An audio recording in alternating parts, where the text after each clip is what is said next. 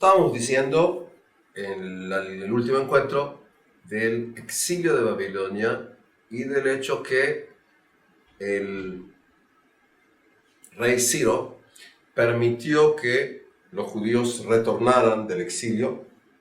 Y explicamos también que aproximadamente el 10% de los judíos solamente regresaban a la tierra de Judea. Y acá tenemos que ver varios puntos. Por ejemplo, el autor o los autores del Tanaj consideran a Ciro o Koresh Mashiach, un Mesías. Es decir, en el libro de Isaías, capítulo 45, versículo 1, dice Koresh Mashiach. Y en un versículo anterior utiliza la palabra Roí, que Roí sería algo así como pastor. Es decir, es interesante la concepción histórica que se fue desarrollando. Esto lo tenemos en el libro de Isaías, pero recordamos lo que conocen. En Isaías se habla del primer Isaías, segundo Isaías, es decir, diversos textos. Explico esto para entender que hay una concepción que se fue desarrollando del rol de Israel, quién es el Mesías, cómo permiten el regreso y demás. Eso es para entender la imagen que tiene Koresh, que tiene Ciro en la historia de Israel. Si hago un paréntesis a nivel de reflexión, quizás ustedes recuerdan o quizás saben, y si no lo pueden incluso buscar hoy en día en el Dr. Google, años atrás en Estados Unidos hubo un pequeño movimiento que terminó en una tragedia total de un hombre que se hizo llamar David Koresh. David por el rey David y Koresh por ser, digamos así, un Mesías de origen no judío. Es decir, entender cómo fueron tomados los nombres, y de eso David Koresh. Simplemente a nivel paréntesis lo cierro aquí. Es decir, decíamos, parte de los judíos van a ir retornan aquí apoyados por el gobierno de Ciro. Pasan unos años, luego de Ciro viene su hijo Cambises, y luego de Cambises viene Darío. Y el emperador o el rey persa llamado Darío es el mismo rey que va a comenzar las guerras contra los griegos. Cuando tú hablas de la batalla de Maratón, que tiene lugar allá por el año 490 a.C., el rey persa es Ciro. ¿Por qué lo nombro Ciro? Porque en Pesaj del año 516 o 515 a.C., es decir, 70 o 71 años después de la destrucción del primer templo, tiene lugar la inauguración del segundo templo. 516 o 515 a.C. Y hasta donde sabemos, la construcción del segundo templo se hizo, entre otras cosas, también teniendo apoyo económico de Persia. Es decir, el gobierno de Persia dio dinero para la construcción, la inauguración del segundo templo de Jerusalén. Interesante cuando hablamos a veces de las relaciones contemporáneas entre Israel y la antigua Persia, es decir, Irán de hoy. Pero eso nuevamente a nivel de pensamiento así. Judíos retornan aquí y cuando empiezan a regresar aquí, tienen que ver qué hacen. Porque en la tierra de Israel, parte de las zonas va a estar cada vez más ocupadas por los llamados samaritanos, por los llamados shombronim. ¿Y quiénes son en gran medida los samaritanos? Se considera que parte de la población llamados samaritanos son los descendientes de esa población de diversos orígenes que fue traído hacia el reino de Israel en la época de los asirios. Es decir, gente que llegó allá por fin del siglo VIII a.C., 700 y tanto. Y esta gente, parte de esta gente, se va acercando en determinada medida a algunas de las concepciones judías. Y parte de los samaritanos van a querer tomar lugar, ocupar funciones en lo que se va a llamar la vida judía en Jerusalén y en el templo de Jerusalén. Esto va a llevar a roces, va a llevar a conflictos, porque son grupos de origen étnico distinto. porque son grupos que cada uno de ellos determina que tiene una superioridad sobre el otro. Y aquí que pasando el tiempo, aproximadamente para el año 450 a.C., llegan juntos o separados, no sabemos, Esdras y Nehemías. Acabo de decir que no sabemos si llegan juntos o separados porque hay una serie de controversias a nivel histórico con respecto a esto. Esdras y Nehemías son dos judíos que vienen enviados hacia mediados del siglo V a.C. por el gobierno persa.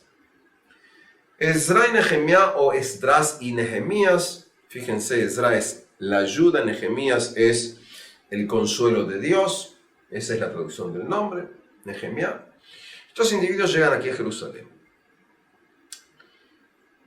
Y yo aquí en este curso no voy a hacer ahora la diferenciación entre las actividades de ambos, sino voy a explicar qué hicieron los dos, tomando en cuenta que quizás vinieron juntos o quizás con poco tiempo de diferencia. Hay quienes nombran a Esdras y Nehemías como padres del judaísmo clásico, ni más ni menos. ¿Quiénes son estos personajes? Esdras parece ser que llega primero. Esdras tiene, por decirlo así, un mandato dado por el gobierno babilónico. Y tanto Esdras como Nehemías tienen poder para instaurar el orden.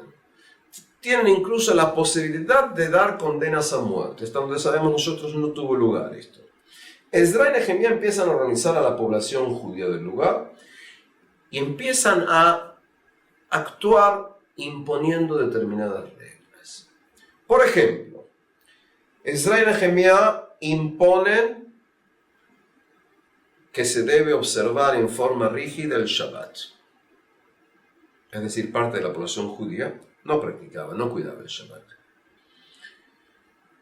Esdras y Nehemías van a instituir que por lo menos una vez en la semana, el día Shabbat, se va a leer en forma pública la Torah.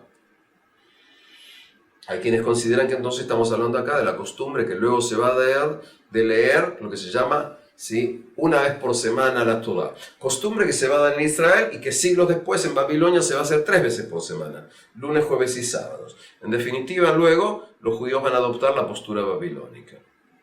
Cuidar el Shabbat, 2 lecturas de la Torah. Ellos van a organizar, van a llevar a una gran asamblea. Y hay quienes consideran que aquí es el origen de lo que se va a llamar Knesset Hagdolah. Y Anshe Knesset Hagdolah parece ser que va a ser la institución madre de la que luego se va a desarrollar el llamado Sanhedrin. Ahora, según la concepción talmúdica, Anshe Knesset Hagdolah eran 120 individuos. Cuando lleguemos al Sanhedrin se va a hablar de 70 o 71. En la Knesset, en el actual Parlamento de Israel, hay 120 individuos porque según la tradición talmúdica, en la Gran Asamblea habían 120 individuos. Hablamos de Shabbat, lectura de la Torah, observación del Shabbat. La Gran Asamblea, había muchos judíos, parece ser, que estaban casados con mujeres no judías. Y la postura de Esdras y Nehemías es que hay que expulsar a las mujeres no judías porque influyen en el hecho de que se continúe con la idolatría.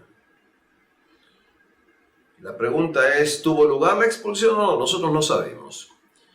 Pero estamos aquí hablando de un intento de llevar a un marco familiar netamente judío, y esa es la postura de ellos. Esdras y Nehemías van a reforzar la postura y el lugar de los levitas y de los sacerdotes dentro del marco judío. Y van a imponer a todos los judíos a entregar un diezmo, es decir, una 10ª parte de sus ingresos, para poder mantener a la clase sacerdotal y los levitas. Y tomando en cuenta que van a considerar que la dirección del pueblo debe estar en manos de los sacerdotes, podemos decir que están llevando a la creación de una teocracia judía. Para reforzar la cantidad de judíos que viven en Jerusalén, van a obligar a la población judía a ir a vivir a Jerusalén. Y además, contando con el apoyo militar de los grupos que trajeron de Persia, van a construir rápidamente, van a fortalecer las murallas de Jerusalén. Y por eso a veces hay quienes lo llaman los padres del judaísmo clásico. El casamiento entre judíos, cuidar el Shabbat, la lectura de la Torá. Todo esto va a llevar a que Ezra y Nehemías van a estar ahí en el siglo V a.C. como dos personajes netamente centrales. Además que en general se considera que a grosso modo es en la época de Ezra y Nehemías en que casi se terminaron de escribir ya todos los textos. Es decir que tenemos acá un proceso que comenzó con el regreso del exilio. Un punto más a tomar en cuenta. A partir del regreso de los judíos de Babilonia a la tierra de Israel, vamos a ver una serie de cambios. Por ejemplo, los judíos adoptaron y aceptaron los nombres de los meses babilónicos. Nisan, Iyar, Tamuz. En vez de primer mes, segundo mes, tercer mes. Es decir, vamos a ver que hay acá una entrada de conceptos babilónicos a nivel de los nombres de los meses. Pasa algo más, mucho más que eso. El idioma arameo, que es uno de los idiomas semitas occidentales, era lengua franca en la época de los asirios, pero pasó a serlo mucho más en la época del imperio babilónico. Es decir, el arameo va a ir a veces ocupando el lugar del hebreo, aunque todavía se va a seguir utilizando el hebreo y se va a escribir en hebreo, como va a ser luego la Mishnah. Pero lo más importante también va a ser que lo que se llama el alfabeto, la escritura aramea, va a reemplazar a la antigua escritura hebrea. Esto es muy importante. Hasta el siglo VI a.C. aproximadamente, los judíos utilizaban lo que se va a llamar la escritura hebrea antigua. A partir de ahora, del siglo VI en adelante, los judíos van a utilizar lo que se llama Ktav Ashuri HaMerubah, es decir, la escritura aramea cuadrada. Y esto implica que las letras que usamos en el hebreo, o lo puedes usar cuando escribes árabe en hebreo, o cuando usas Yiddish, o cuando usas italiano, letras hebreas, las letras que usamos son las letras de la escritura aramea del siglo VI, V en adelante. Y no es la antigua escritura que se escribía antes. Así que se fueron dando aquí cambios. Algo más que se va haciendo en la época en que los judíos todavía están en Babilonia, se va a intentar escribir las crónicas de los reyes de Israel similares a las crónicas babilónicas. Y se va a intentar armonizar los años de reinado de los reyes del reino del norte con los reyes de los reinados del sur. Es decir, hay un intento acá de armonizar aproximadamente cuando un rey estuvo reinando junto con el otro. Es decir, que van a ir viendo cambios. Y vamos a ver que hay una continuidad, digamos así, del gobierno persa hasta que empiece a llegar aquí el gobierno del mundo helenístico, pero eso lo vamos a dejar más adelante. El punto que quiero ver acá es lo siguiente, y es tomando en cuenta que los últimos profetas, más o menos, se considera que actuaron allá por el siglo V a.C., y tomando en cuenta que hemos visto desde el comienzo del curso un proceso desde la época patriarcal hasta más o menos la época de Ezra y Nehemías, pienso que es importante que ahora tratemos de centrarnos en un fenómeno muy único, y es el fenómeno de la profecía. Es decir, lo que se llama en hebreo ha-nevi'im, que van a tener la nevuah, el fenómeno de la profecía, como se va a ir dando dentro del pueblo judío. ¿Qué es un profeta? Es alguien que, porque es visionario, puede ver el futuro. similar a como se hacía cuando se iban a los oráculos en Delfos, en Grecia. Es un vidente en función de que te puede decir quién va a ganar la lotería en el futuro. O es un individuo que tiene un mensaje distinto. Es decir, entre los sumerios, los acadios, los egipcios, los troyanos, se podía leer el futuro, por ejemplo, abriendo un ave y viendo la forma del corazón, o el hígado, o viendo en qué medida había aves en el cielo. Y de esa manera determinar, no si va a llover o no, no, sino si vas a ganar o perder en una batalla.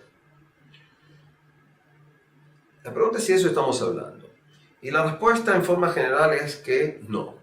Cuando nosotros hablamos de la idea de la profecía, básicamente no estamos hablando de un vidente, no estamos hablando de alguien que te va a decir qué ocurrirá en el futuro, aunque parte de los profetas en líneas generales hablarán en conceptos escatológicos de un futuro, de eso vamos a hablar. Estamos hablando de un profeta, es un individuo que hay dos posibilidades. O está imbuido por el Espíritu Divino, como lo va a interpretar la población creyente, o va a ser un individuo que tiene una postura intelectual, moral, de crítica a la realidad de su momento. Pienso que básicamente es esto, es decir, es un individuo, un hombre de carne y hueso como tú, como yo, que en un momento determinado considera que la realidad debe ser distinta. Y entonces vamos a ver quiénes son esos individuos. En la concepción judía, según los textos, porque los únicos textos que tenemos sobre esta gente evidentemente es el texto bíblico, podemos ver que Dios, según la concepción, se manifiesta con los hombres. Por ejemplo, Dios habla con Abraham, pero en general Abraham no es considerado un profeta. El profeta más importante, el primero, según la concepción judía, va a ser Moisés. Y Moisés es un líder.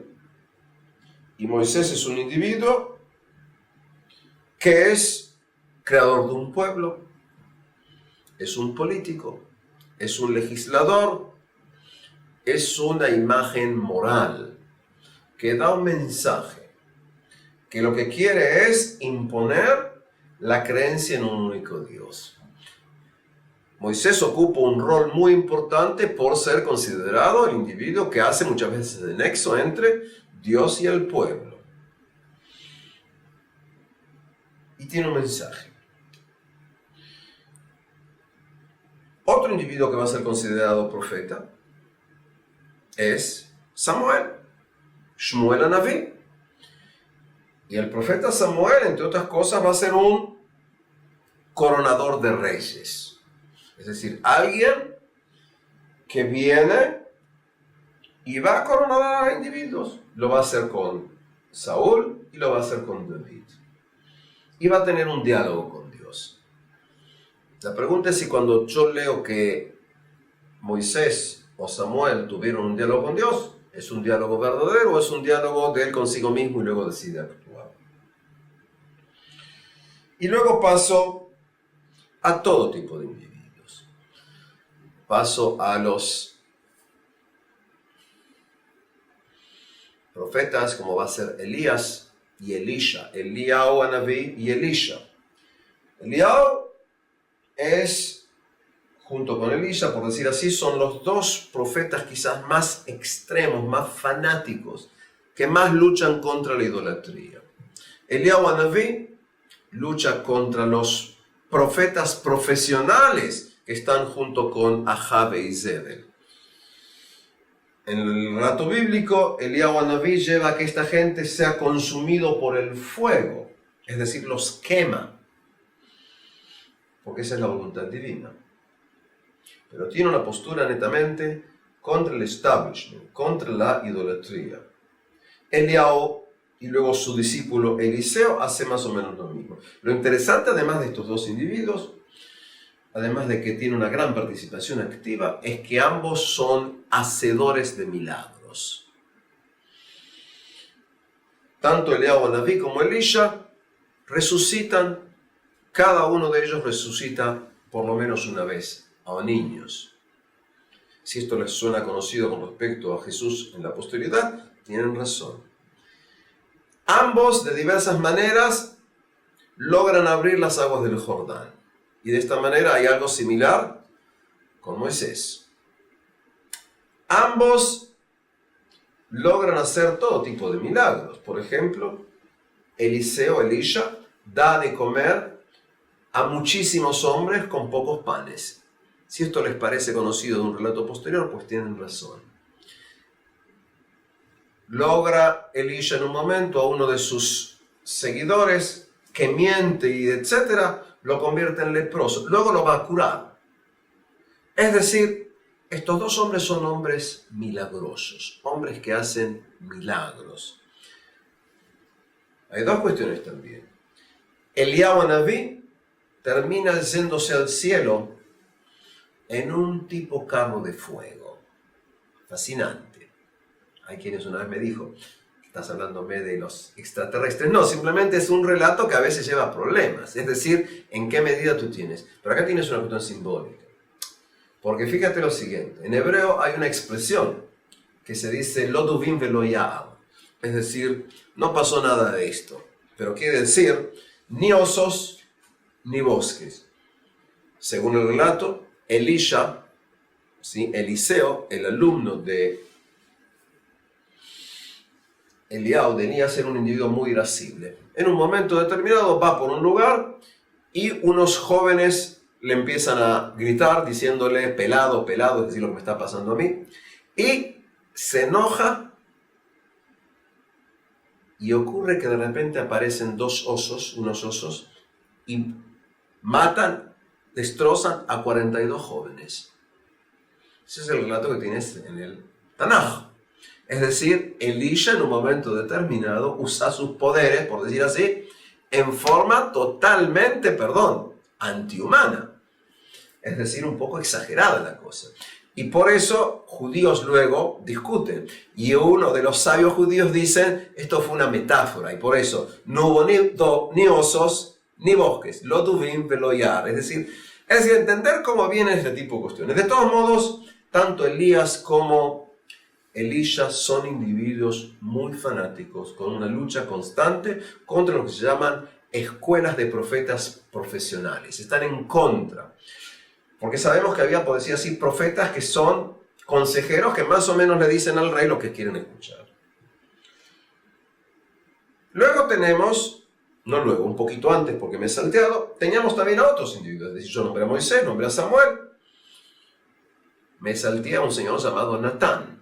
Y Natán, que también es profeta y está en la corte del rey David, es un asesor, es un moralista, pero también es alguien que toma parte para lograr coronar a Salomón.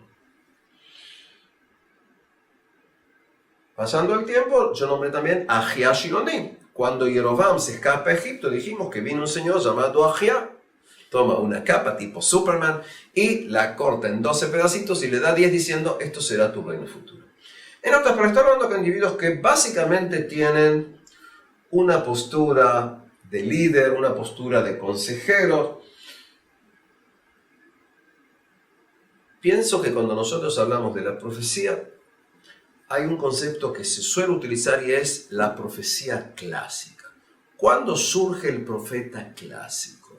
¿Qué mensaje tenemos de lo que se llama el profeta clásico? Se considera en general que la profecía clásica, enseguida voy a explicar qué es, surge después de estos personajes que estoy nombrando. Surge sobre todo a partir del siglo VIII a.C. Es decir, no con Elías, ni con Eliseo, ni con los que estuvieron antes. No, estamos hablando de otro tipo de individuos. Estoy hablando de individuos como ser Amós, Isaías, Jeremías, Malaquías, Ezequiel. Daniel es un problema porque no todas las corrientes judías lo definen como profeta. Para muchos de ustedes quizás resulte raro, pero no todos. Está discutido si Daniel era o no profeta. De todos modos, estoy hablando de personajes que podríamos decir son personajes que actúan solos casi. Individuos que muchas veces no tienen acceso al poder. individuos en que el acento básico no está en el ritual. No está básicamente en monoteísmo o politeísmo. El mensaje de ellos pasa por otras esferas completamente distintas. No quiere decir que no hablen contra la idolatría. También hablan contra la idolatría. Jeremías sale contra el asunto increíble de que hubo quienes ofrecían niños a Moloch, a ese Dios terrible. Pero el mensaje de estos profetas va a ir pasando por otras cuestiones. Y podemos decir, para hacerlo en general, que la contribución de los profetas se va a dar básicamente en tres dimensiones, en tres áreas. En los valores, en la concepción de la historia y en lo que se llama la escatología. Es decir, en tres áreas básicamente estará lo que se llama a veces la contribución de los profetas. Valores, en la concepción de la historia y en escatología. Pienso, y como digo siempre a mis alumnos, los que están en directo, no aquí a través de la pantalla, lo que yo digo, lo importante es escuchar. Puedes luego aceptarlo o rechazarlo. Lo importante primero es escuchar, ¿sí? Porque sabemos que cada uno de nosotros tenemos ideas. Pienso modestamente que si hay una verdadera contribución judía antigua de la humanidad, está en el área básicamente del mensaje moral de los profetas. No en el rey David o el rey Salomón, no en el rey Saúl, no en la actividad de Jeremías. Se me ocurre que si hablamos de que vivimos en un mundo global en que se fueron desarrollando conceptos, uno de los escalones que pusieron los judíos fue en la idea de los profetas. Cuando hablábamos de Samuel, le expliqué el asunto de oponerse a la monarquía, lo podíamos llamar un mensaje hacia la democracia. Cuando hablábamos de Natán, explicaba el oponerse al rey, que es déspota, toma la mujer de otro y manda al otro, básicamente a la muerte. Eso es importante, pero no todo eso se dedicaron todo el tiempo. ¿Por qué hablo de que hay tres áreas en las que los profetas van a hablar? Primeramente, en el área de la moral. Y cuando hablamos de la moral, hablamos en gran medida de tres valores. Valores religiosos, valores rituales y valores morales. Es decir, ¿cuál es el rito verdadero o no? Si hablo de un valor ritual. ¿Cómo se hace el rito? ¿Qué se puede sacrificar? Si tú estás ofrendando a Dios en función de creencia, ¿sí? ¿Qué tipo de objetos les ofreces? ¿Cómo se da el rito? ¿Qué es lo que se hace? Si estás hablando, por ejemplo, de un acto orgiástico, como se va a hacer en gran parte del mundo antiguo, o estás hablando de un acto en que hay una escala de valores determinada, en función de eso se va a hacer el rito. ¿Cuáles son los valores a nivel religiosos? Y acá sí entramos entre religioso y lo moral, va a haber relación, es decir, ¿cuál es mi relación con Dios? Hay relación entre lo que yo hago con Dios y lo que hago con mis padres. Y acá entramos en el nexo. Es decir, en el Decálogo te dice, ¿sí? Respetarás a tu padre y tu madre y se te alargarán los días sobre la tierra. Es decir, una idea aquí se va relacionando. Tú debes respetar a padre y madre. Por supuesto que tú puedes decir, tú tienes que respetar a tu padre y a tu madre porque sí. No tiene que ser condicionado. Pero hay acá una idea determinada. Entonces, cuando hablamos del valor moral, hablamos de lo que explica Amós. Y Amós es, por antonomasia, el profeta que habla contra la explotación del hombre por el hombre. No así porque sí. Cuando tú hablas en el siglo XIX, había pensadores de corrientes socialistas, es decir, que querían cambiar la sociedad a nivel de un mundo mejor, de no explotar el hombre al hombre, traían de Amós. La idea es, debes pagarle al jornalero al día que termina el trabajo. No puedes tú que estás empleando al individuo que trabaja por día, no dándole su sueldo. O cuando sale contra lo que se llaman siparotat bashan, es decir, esos individuos que como básicamente tienen la gula constantemente. Es decir, tienen eso con la cuestión moral, de no explotar al prójimo, de ayudar a los demás, de desarrollar la idea famosa, ¿sí? La famosa idea que tienes en el libro Vaikra, Yudtet Yudhet, es decir, Levítico, capítulo 19, versículo 18, en que dice, Ve'aftale rajá kamoja, y es, amarás a tu prójimo como tú mismo. Esa idea es netamente una idea judía del Deuteronomio. No estoy hablando de que quién tiene monopolio sobre ideas. No, estoy hablando de lo que se llaman las primeras fuentes de lo que se llama una moral universal. Es decir, tres áreas dentro de los valores rituales, que está permitido, que está prohibido hacer. La idea de la pureza, es decir, desde determinado tipo de conceptos, tienes una idea de pureza, son conceptos rituales. Si está permitido o no, por ejemplo, a nivel de comida, si puedes comer comida cruda o no, se debe cocer. Las diferencias que tienes en concepciones de valores religiosos, de valores rituales, entre el hombre y los no hombres. Es decir, cuando hablo de nombres me estoy refiriendo a animales. Es decir, entender acá toda una serie de cuestiones. Cuando hablamos de valores también lo siguiente, y es, hay valores universales y hay valores que según los profetas deben cuidar los judíos. Es decir, todos van a ser considerados en gran medida, si todos son hijos del mismo Dios. Pero la exigencia del profeta al judío va a ser que él debe cuidar, además de los valores universales, otros valores específicos, para que entendamos. ¿Sí? Todos individuos tienen prohibido matar. Todos individuos tienen prohibida la violación. Todos individuos tienen prohibida relación sexual con animales.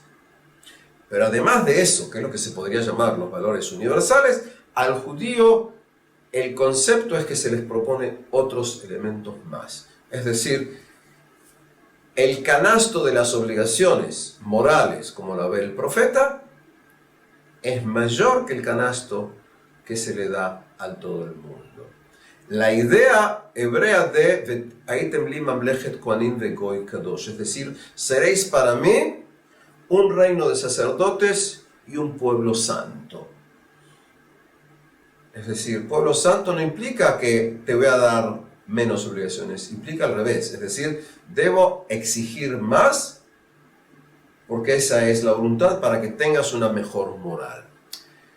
El punto este puede llevar a conflictos entre judíos consigo mismo y judíos con los demás. Es decir, ¿tú piensas que eres mejor? No. Simplemente entiendo que Dios, que es Dios de todo, quiere también imponer aquí determinado tipo de cosas. Pues otro punto más, y es la concepción de los profetas judíos en gran medida va a ser que es más difícil ser judío que no ser judío. Por lo tanto, puedes integrarte a esto. ¿Qué voy a decir? Algo que lo voy a decir varias veces en el curso.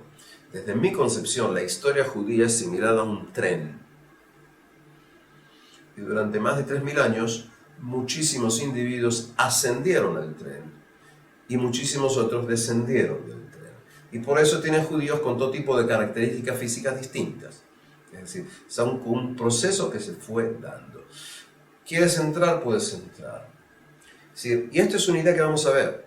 Cuando Isaías habla, cuando Miquea habla y dice, entre otras cosas, no levantará un pueblo sobre otro pueblo la espada, ¿sí? Y no aprenderá más el arte de la guerra, están hablando aquí de un Dios que es particular y universal al mismo tiempo. Es decir, los dioses de Babilonia eran específicos de los babilonios. El Dios, como se va desarrollando en el mensaje profético, es un Dios que es de todos juntos.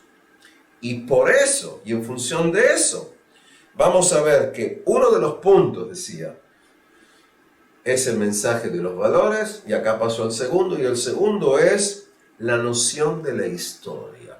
Es decir, el mensaje de los profetas tiene una dimensión de valores, y otra dimensión es la dimensión de la comprensión de la historia.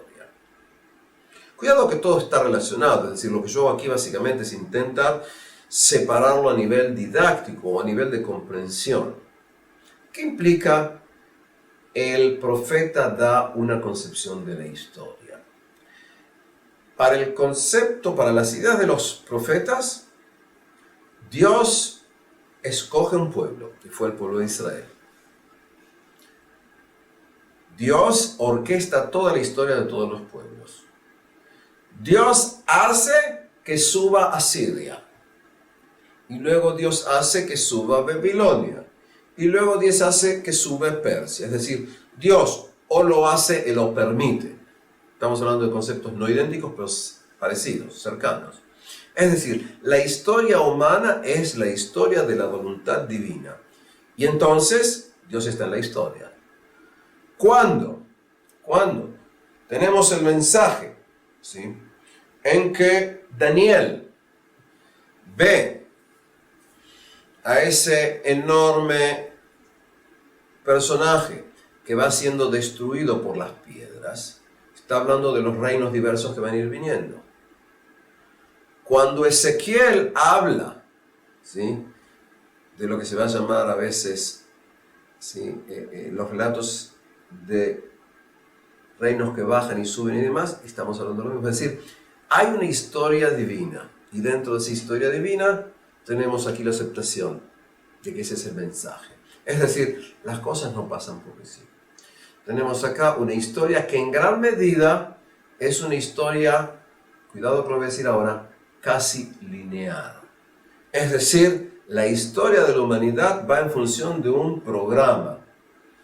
Y eso se ve desarrollando. Y el programa empieza con Adán y Javá, con Adán y Eva.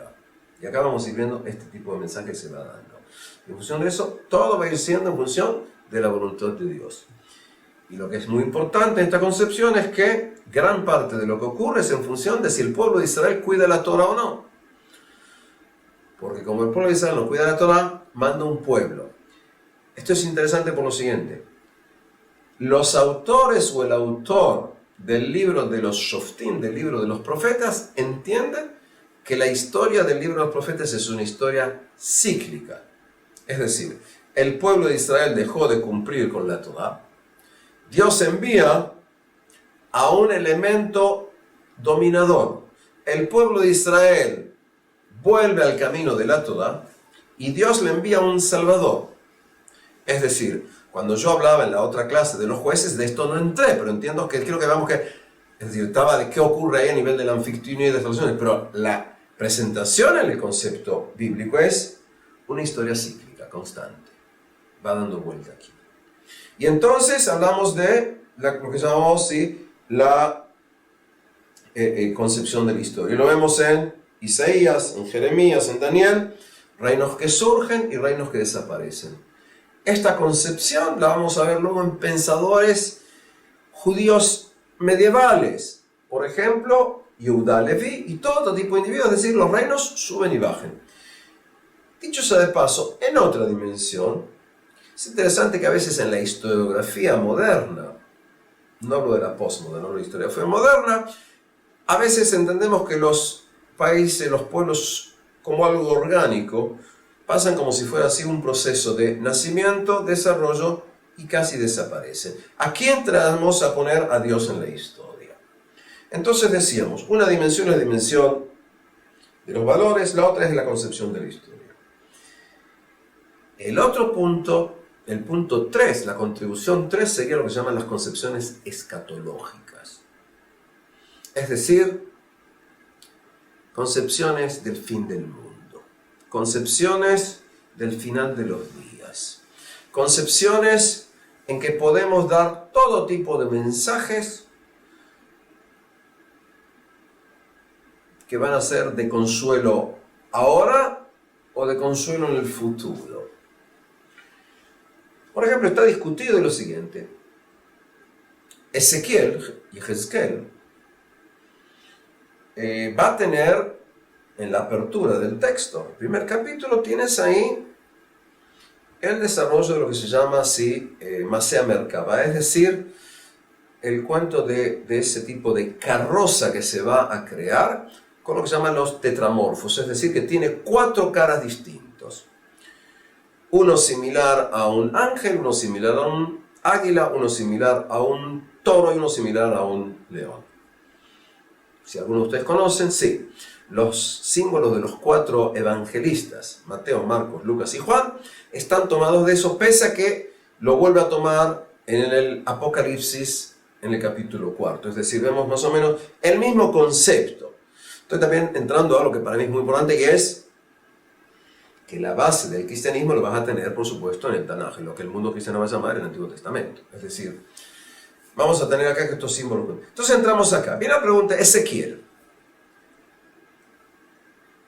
Cuando él habla la famosa visión de los huesos secos, lo que se llama Hazon Atzamot Yebeshot. Según el relato, Dios lo toma a Ezequiel. Ezequiel, recuerden, es un profeta que salió de Israel y está actuando en Babilonia. Y Ezequiel ve montones de esqueletos, y los esqueletos empiezan a tomar forma, a tomar vida. Y acá viene la discusión, y es, ¿de qué estamos hablando? ¿Estamos hablando de una visión con respecto al retorno del pueblo de Israel a Sion? ¿O estamos hablando del comienzo de la creencia en la resurrección de los muertos? ¿Sí? Es decir, de todos modos estamos hablando de algo futuro. El mundo luego lo van a llevar en función del fin de los tiempos, la resurrección de los muertos, las famosas semanas que vamos a tener en el libro de Daniel. Es decir, se va desarrollando una idea de un mundo venidero.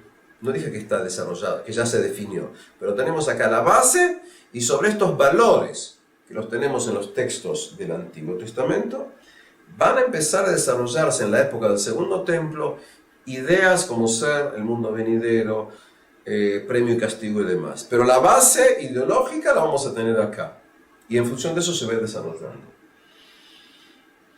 Las concepciones escatológicas se van a relacionar también con la de la historia, por supuesto. Y por eso vamos a ver profetas como ser Obadiah, Abdías, como ser Joel, en que van a decir, entre otras cosas, que en el futuro el pueblo de Israel regresará a su tierra, y en el futuro todos serán castigados, todos serán juzgados. El pueblo judío será castigado por sus pecados, por su idolatría, por el desvío de la Torá. Los pueblos gentiles serán castigados, entre otras cosas, por su peor o mejor relación con el pueblo de Israel. Es decir, que estamos aquí a la base de lo que luego van a ser concepciones mesiánicas, en el lugar ¿qué es lo que va a ocurrir cuando lleguemos al fin de la historia? Regresando aquí atrás, entonces decíamos lo siguiente. ¿Qué es lo que hace el profeta? El profeta te está diciendo, actúa así o no actúa así, pero tiene acá una idea, y la idea es los valores, la concepción de la historia y el mensaje escatológico. Además de esto vamos a ver, además de esto que es lo fundamental, mensajes netamente específicos. Isaías en su momento se oponía a rendirse, es decir, vamos a decir al revés. Isaías consideraba que se debía luchar contra, en un momento, contra los asirios. Jeremías consideraba que no había que luchar contra los babilonios. Es decir, además de este mensaje, porque el mensaje es complejo, pero pienso que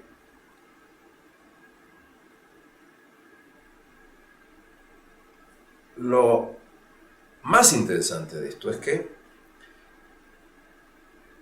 el mensaje de los profetas fue incluido en la canonización. Porque en la mayoría de los casos, no en todos los casos, pero en muchos casos, los llamados profetas como ser Isaías, Amós y demás, Isaías, Amós, Jeremías, fueron rechazados por la mayor parte del pueblo. Es decir, Jeremías, que es el profeta que dice, no hay que luchar contra los babilónicos, hay que aceptar el yugo de Babilonia, es perseguido, es arrojado a un pozo, casi se lo mata, y cuando viene la destrucción del templo, ¡oh!, se tiene que huir a Egipto. Isaías, según el Midrash, según las explicaciones posteriores, fue matado por el rey. Eso no está en el texto bíblico, pero es decir, pero Isaías va a ser serruchado vivo estando dentro del tronco de un tronco hueco de un árbol. Es decir, ¿qué le dicen a Amós? Amós, que es del sur, actúa en el norte. ¿Y qué le dicen? Le dicen Naví lech brach, es decir, profeta, vete y escápate, porque lo que tú dices no queremos. Es decir, el profeta es el que está en la oposición, es el crítico, es el intelectual, es el que da un mensaje que perdura. Y pienso que ahí está la grandeza de ese mensaje. El hecho de que en las Naciones Unidas tú tienes escrito el mensaje de Isaías, es decir, entre otras cosas, sí, y no levantará pueblo sobre pueblo la espada y no aprenderá más el arte de la guerra, o y se convertirán las espadas en arados, o y pasará el lobo con el cordero, etcétera, etcétera. Se me ocurre que ahí es un mensaje de paz, de un fin de los días, entrando a un área, a un tiempo distinto, a lo que se llama muchas veces el fin de los días. Y esto va a ser un mensaje que más o menos lo vamos a tener hasta aproximadamente el siglo V antes de Cristo. Aproximadamente.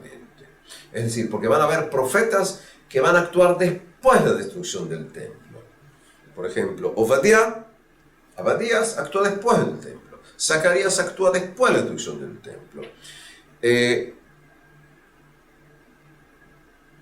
Y acá tenemos que entender dos cosas distintas. Y es, en el tratado de Baba Batra Yud Bet, es decir, en Baba Batra, que es parte de tratados del Talmud, en la hoja número 12,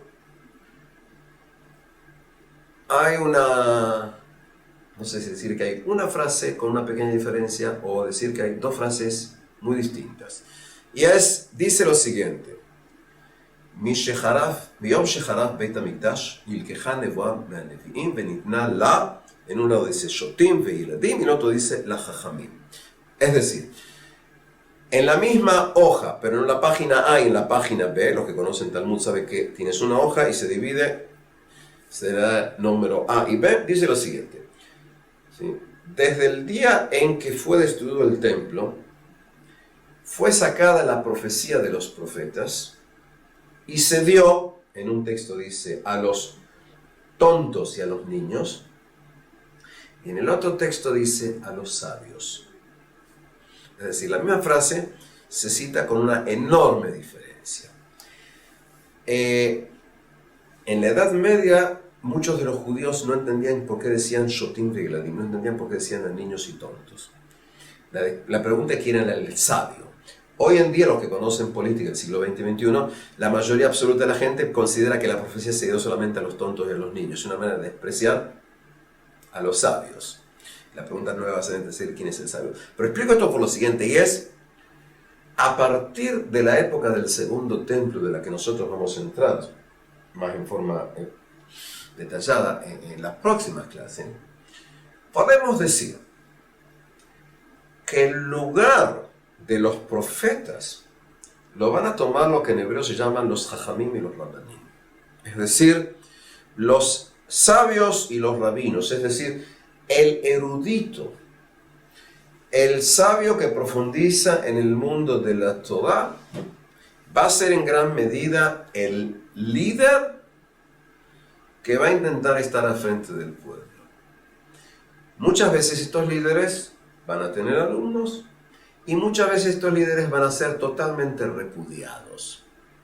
Es decir, podríamos decir que a lo largo de la historia esto mucho no varía. Es decir, tú tienes el gobierno, tienes la gente que tiene dinero y los que están en la oposición. Es decir, es casi un fenómeno eterno. en la historia humana. Es decir, está el que tiene el poder político, dinero y demás, y el que está en la oposición. Ahora, nuevamente vuelvo a lo que empecé a decir, y se me ocurre que el mensaje más importante que tiene el relato bíblico es, además de la descripción del hombre de carne y hueso, es el profeta. Tanto en los valores como en la escatología, como en la idea de la historia. ¿Sí? Y acá un punto que es muy importante también, siguiendo con eso, y es que si tuviera que resumir en gran medida parte del mensaje de los profetas es: Dios quiere básicamente, o mejor dicho, Dios tiene básicamente exigencias morales y no rituales. ¿Sí? Por supuesto que mi lectura no tiene por qué ser la lectura de otro individuo. ¿Sí? Es decir, no estoy diciendo que no es importante que el individuo judío creyente cuide kashrut o no cuide kashrut, dietas alimenticias o no. Pero la idea básicamente, se me ocurre, del profeta es que lo más importante es la relación del hombre con el hombre, más que rendir un precio, y de uso adrede de la palabra, un precio ritual. Es decir, es importante cuidar Kippur. Cuidado que Kippur de la época bíblica no es la Kippur de hoy. Pero quizás es mucho más importante ser un ser humano con el otro ser humano. Y ese es el mensaje que se me ocurre que nosotros rescatamos cuando vemos lo que se llama el mensaje de los profetas. Explico esto porque cuando nosotros intentamos ver el desarrollo de la filosofía en general, y sobre todo de la filosofía política en particular, cuando llegamos a grandes pensadores ingleses del siglo XVII, franceses, pero digamos, si yo tomo individuos como ser Hobbes, Locke, luego David Hume, etc., lo interesante es cómo rescatan el mensaje de los profetas del Antiguo Testamento para llevar la influencia moral en su filosofía política. Es decir, esa es la trascendencia de esto. Es decir, más que tener 1000 mujeres como Salomón, digamos así en forma. Es decir, entramos acá a toda una serie de cuestiones y es dónde está lo que se llama la moral de los profetas. Y entiendo que este es el punto básico.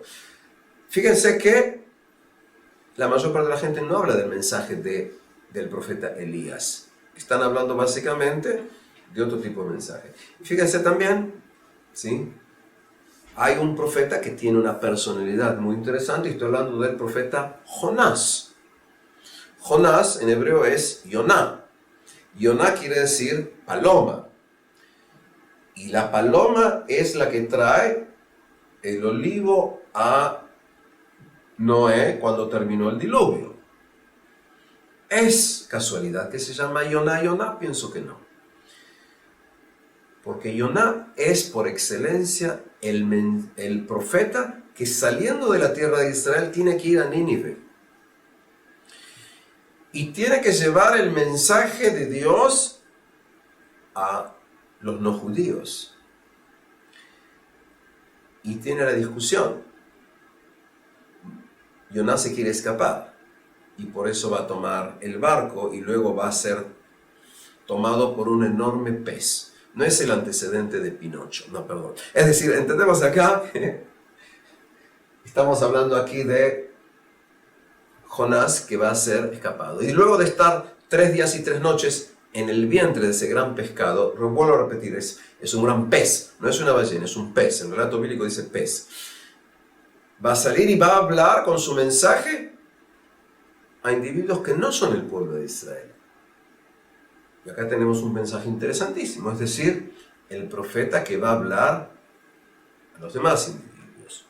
Es decir, tenemos aquí toda una serie de personajes diversos, ¿sí?